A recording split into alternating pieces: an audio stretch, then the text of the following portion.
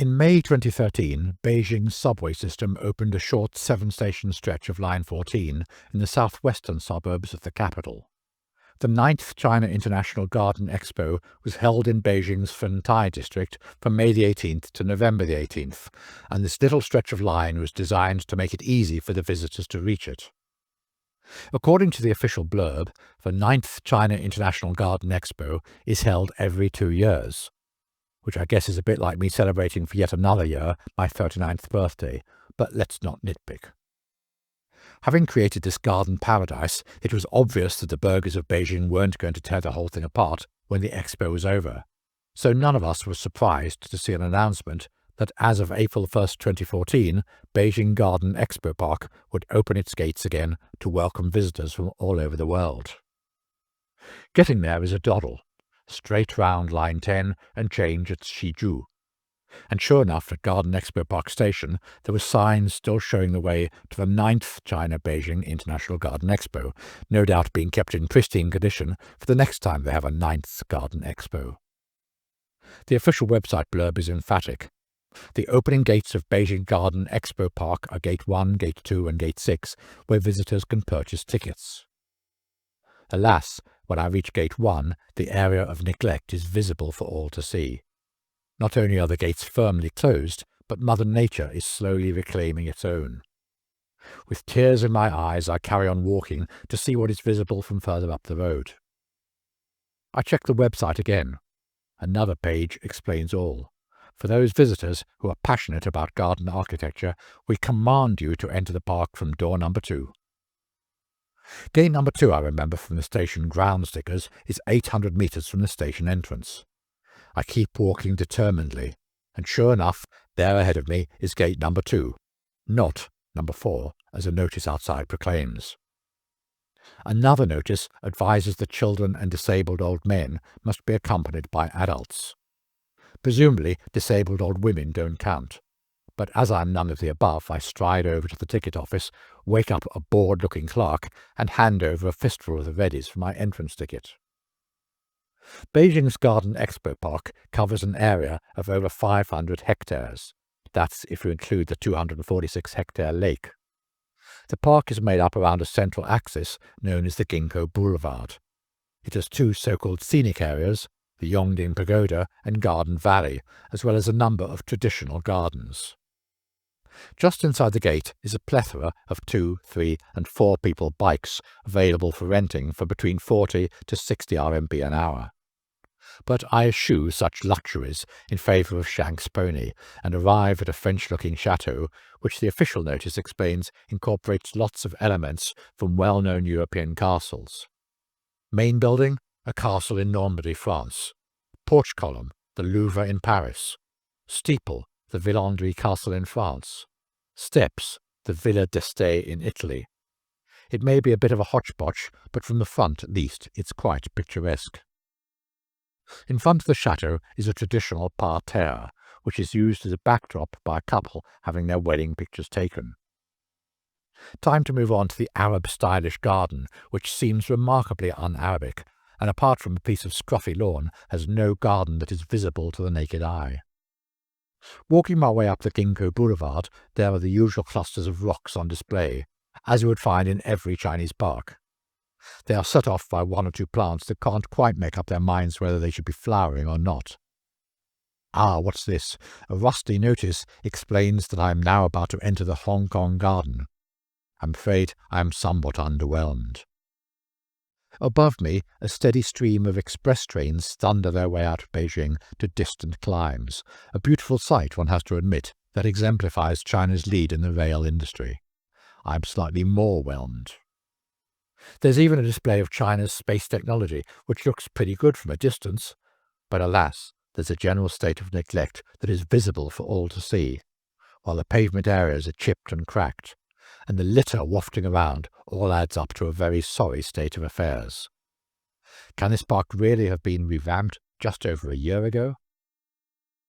Almost every building, too, which must have been throbbing with people during the height of the expo, is firmly padlocked closed. And if you peer through the dirty windows of some of them, you can see the remains of unloved plants that withered and simply gave up the will to live a long while back. Elsewhere, a modicum of effort has been made into reviving the old park.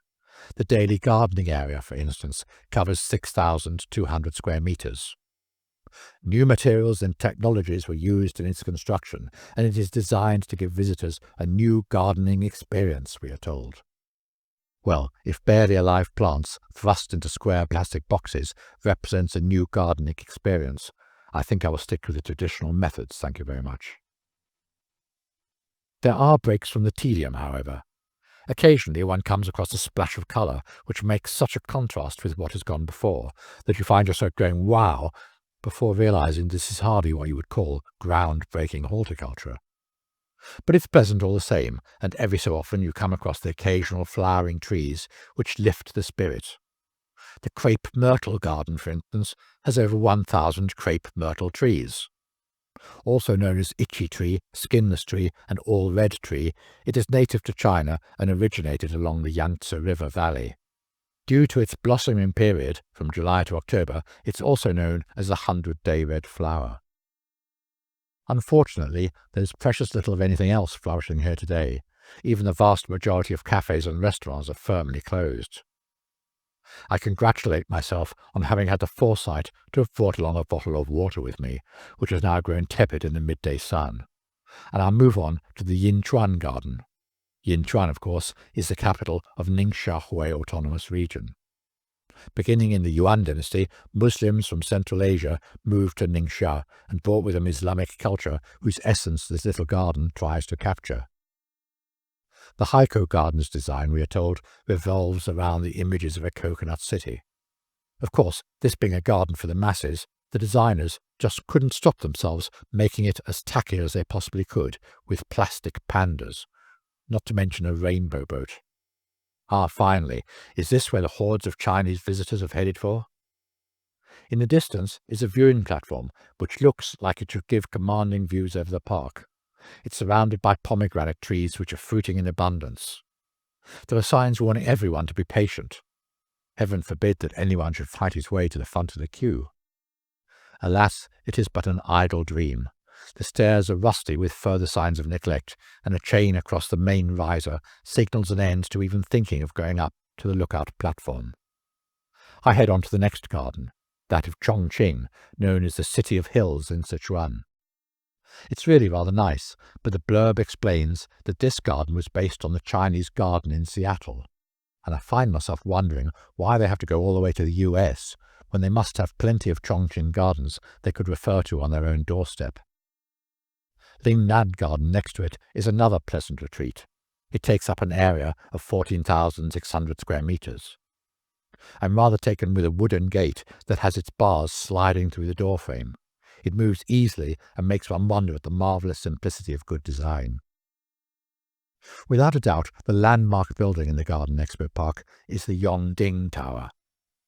Though we can overlook the whole park from the foot of the tower and enjoy the gorgeous scenes of each Expo garden, one look at the many stairs and steep slope to get up there is probably the main reason they created a replica of the replica on the Ginkgo Boulevard. After an hour and a half of walking, I start looking for excuses not to heave myself up that steep hill simply so I can look down on the gardens that I've already passed by. Laziness, or maybe just plain common sense, prevails.